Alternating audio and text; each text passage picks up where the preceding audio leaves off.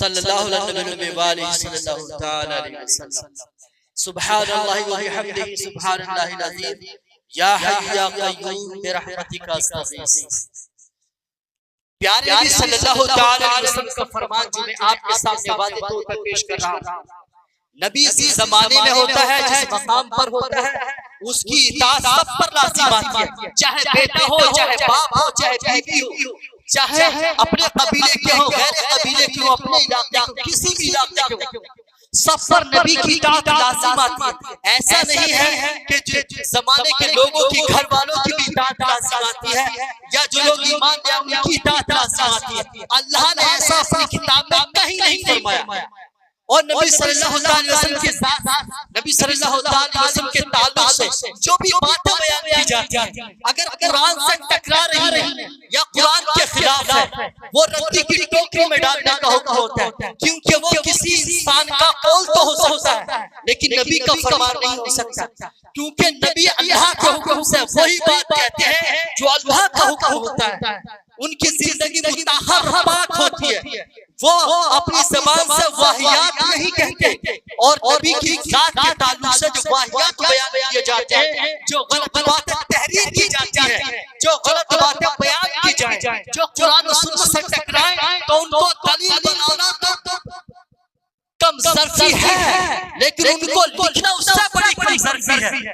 अपनी किताबों के अंदर ऐसी बातें नोट करना जिससे नबी की शान में गुस्ताखी हो, या नबी सल्लल्लाहु अलैहि वसल्लम या किसी नबी की शान में कोई गलत ऐसी बात पेश करना जो आपकी शान शायान ना हो, ये कोई समझदारी नहीं। अपनी किताबों में जब नोट कर की गई है, अपने वक्त का कितना बड़ा इमाम उसको नोट करना भी नबी सल्लल्लाहु अलैहि वसल्लम की शान में, मेरे भाई, गुस्ताखी से कम नहीं है। आपकी शान में कोई तहरीर, कोई लफ्ज़ अगर आड़ा हो गया है तो मेरे भाई हमें उन्हें सीधे करने की जरूरत, उन पर निखार लाने की जरूरत, क्योंकि अंबिया के साथ बहुत बुलंद बाला होती है, और प्यारे नबी सल्लल्लाहु अलैहि वसल्लम के साथ आपकी शान तो बहुत बुलंद है। सल्लल्लाहु अलैहि वसल्लम, आपकी जिंदगी ही तो हमारे लिए सबसे बड़ा सरमाया है। नबी सल्लल्लाहु अलैहि वसल्लम के साथ हमारा सबसे बेहतरीन असासा, सबसे बड़ा किस्मत का धनी, सबसे बड़ा मालदार, मुकद्दर का सिकंदर वो इंसान है जो ये समझता है कि नबी सल्लल्लाहु अलैहि वसल्लम अल्लाह के आखिरी नबी है, और जिसके सीने में सुन्नत की कदर है, अल्लाह की बारगाह में उनकी कदर होगी। और जिनके पास माल है, दौलत है, हुकूमत है, बहुमत है, कारोबार बेहतरीन है, अल्लाह के फजल से अल्लाह तबारक व तआला ने जिन इंसानों को नेमतें अता फरमाई, खूब दुनिया का माल व मनाल अता किया, दुनिया का माल व मता अता किया है, तो वो ये ना समझे अगर मेरा कारोबार बेहतरीन है, अगर मेरा जमाना बेहतरीन है, मेरे हालात बेहतरीन है, क्या अल्लाह का फजल मुझ पर हो रहा है? ये फजल नहीं है, अल्लाह का फजल ये है कि मेरे पास माल भी हो और अल्लाह शुक्रिया अदा करने की तौफीक दे। अल्लाह का शुक्रिया अदा करने की तौफीक क्या है कि मैं अल्लाह तबारक व तआला का फरमाबरदार बनूं, और अल्लाह की फरमाबरदारी की निशानी है मेरे सीने में अल्लाह की मोहब्बत, नबी की सुन्नत की मोहब्बत हो, मैं नबी की सुन्नत की कदर जानूं, मैं ये सोचूं अगर ये नबी की सुन्नत है तो इसके लिए मैं अपना जहान कुर्बान कर दूंगा, मगर नबी की सुन्नत पर और अपने अमल पे मैं कोई हक नहीं आने दूंगा। नबी की सुन्नत की मोहब्बत क्या है? मैं तोरे हाजिर के एतबार से एक बात आपको बताना चाह रहा हूं। नबी की सुन्नत से मोहब्बत क्या? कौम के लिए, लोगों के लिए आसानी पैदा करें। आसानी क्या? अल्लाह के नबी सल्लल्लाहु अलैहि वसल्लम की पहले सुन्नत सुने। अल्लाह के नबी ने फरमाया कि मेरी सुन्नत से जो मोहब्बत करेगा वो जन्नत में मेरे साथ होगा। अब सुन्नत किसे कहते हैं? फरमाया जो मेरे तरीके को पसंद करेगा, जो मेरी सुन्नत से मोहब्बत करेगा वो जन्नत में मेरे साथ होगा, जो मेरे तरीके पर चलेगा वो जन्नत में मेरे साथ होगा। अल्लाह के नबी फरमा रहे हैं अब निकाह सुन्नत। नबी सल्लल्लाहु अलैहि वसल्लम ने फरमाया निकाह मेरी सुन्नत है।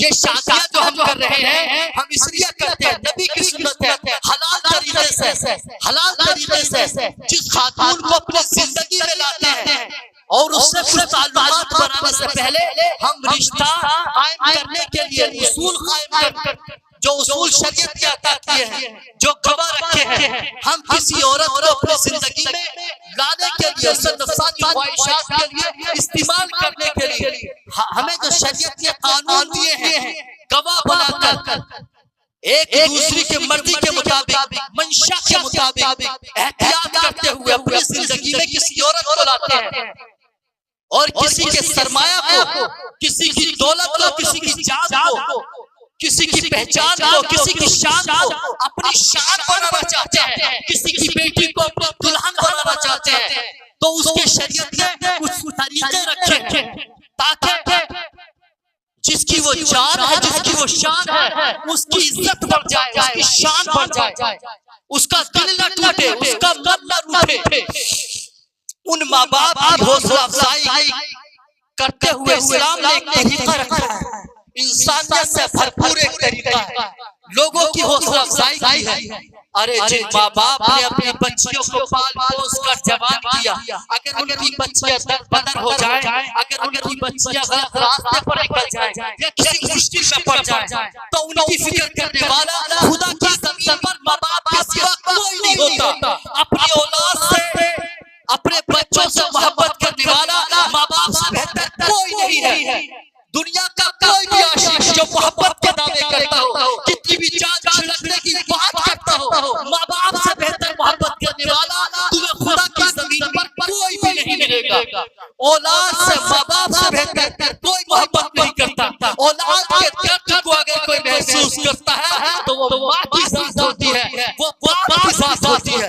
माँ बाप से बेहतर कोई नहीं मिलेगा। मेरे भाई भी सुन ले, मेरी बहनें भी सुन ले, कुछ भी कह ले, हम उनके साथ कुछ भी कर ले, मगर माँ बाप तो माँ बाप ही होते हैं। दिल उनके लिए नरम और बसीस ही जाता है।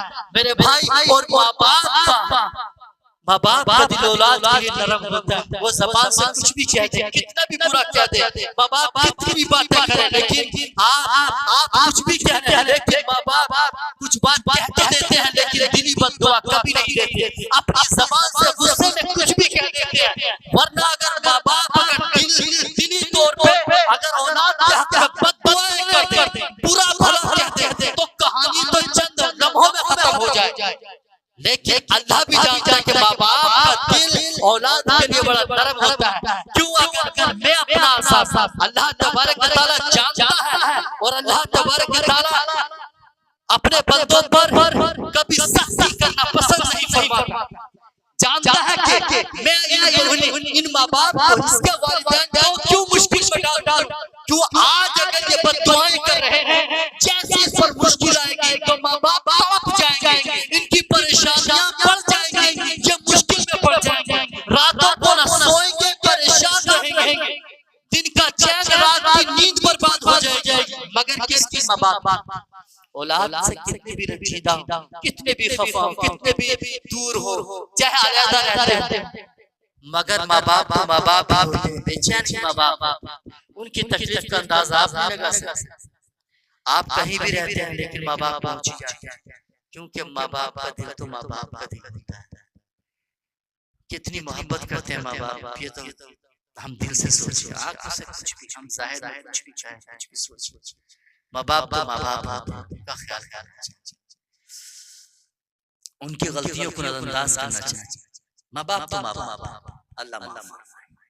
अल्लाह हम सब के वालिदैन की कोशिश उनके साथ दुनिया और आखिरत में अल्लाह तबारक व तआला अपने हम सब के वालिदैन के साथ हर नमाज में दुआ करते हैं।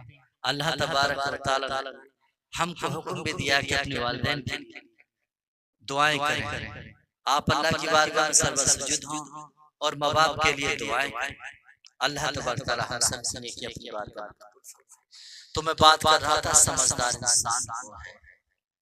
अल्लाह के नबी ने फरमाया निकाह सुन्नती, निकाह मेरी सुन्नत है। प्यारे नबी सल्लल्लाहु अलैहि वसल्लम के फरमान को जाने, उसको समझे।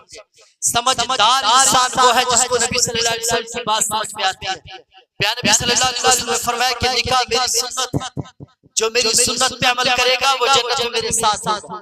तो आज हमारी कौम के अंदर जो तबाही मची हुई है, जो बर्बादी हो रही है कि हम नबी सल्लल्लाहु अलैहि वसल्लम की गुलामी का दम तो भर रहे हैं, लेकिन नबी सल्लल्लाहु अलैहि वसल्लम की सुन्नत का कैसे मजाक उड़ा रहे हैं। निकाह मेरी सुन्नत है, अल्लाह के नबी ने ये फरमाया है निकाह मेरी सुन्नत है। आप क्या करें? शादी मेरी सुन्नत, निकाह मेरी सुन्नत। लेकिन निकाह कैसा करना चाहिए? यानी एक किसी की बेटी को अपनी जिंदगी में लाए हैं मेरे अजीज, तो हमें उसको हासिल करने के लिए, माँ बाप से लेने के लिए हमको हक का मेहर देना है, सिर्फ बेटी को हासिल करना। अगर हमारे दिमाग के अंदर ये बात है कि मैं तालीम याफ्ता हूँ, मैं मालदार हूँ, मुझे सब माल हासिल करना है अपनी डिग्री की वजह से, अपनी पोजीशन के जरिए से मुझे उससे माल चाहिए, उसको माल देना चाहिए। इससे बड़ा खुदा की जमीन पर ना समझ कोई नहीं है, इससे बड़ा कोई गरीब भी नहीं है जो ये सोच रखता है मुझे अपनी पोजीशन का कुछ न कुछ मिलना चाहिए, मुझे बेटी वाला कुछ दे, मुझे गाड़ी दे, जब मुझे रकम दे, पैसा दे। अगर किसी की ऐसी सोच है तो मेरे भाई खुदा की जमीन पर उससे ना समझ कोई इंसान नहीं है। हमारे एक दोस्त हैं, हमारे बड़े प्यारे दोस्त, उनकी एक बात देखो, कोई भी मिसाल, कोई भी हिकायत बयान की जाती है तो वो उसके अंदर कोई ना कोई नसीहत होती है, कोई ना कोई इबरत होती है। बड़े जमाने के बिहार के रहने वाले हमारे दोस्त थोड़ा सा ज़हीन भी थे और समझदार भी और बड़े हंसी मजाक भी थे, लेकिन वो उस हंसी में ऐसी बात समझा जाते थे कि हम जैसे लोगों के लिए उसमें बड़ी इबरत होती है और हमारी कौम के लिए, क्योंकि इंसान जब जगह जगह रहता है, दुनिया में घूमता है तो उसको तजुर्बा होता है, यानी वक्त उसको बड़ा तजुर्बा पेश आता करता है। तो बड़े तजुर्बा बड़ा उनको तजुर्बा और दुनिया में घूम फिर कर उन्होंने जो हासिल किया।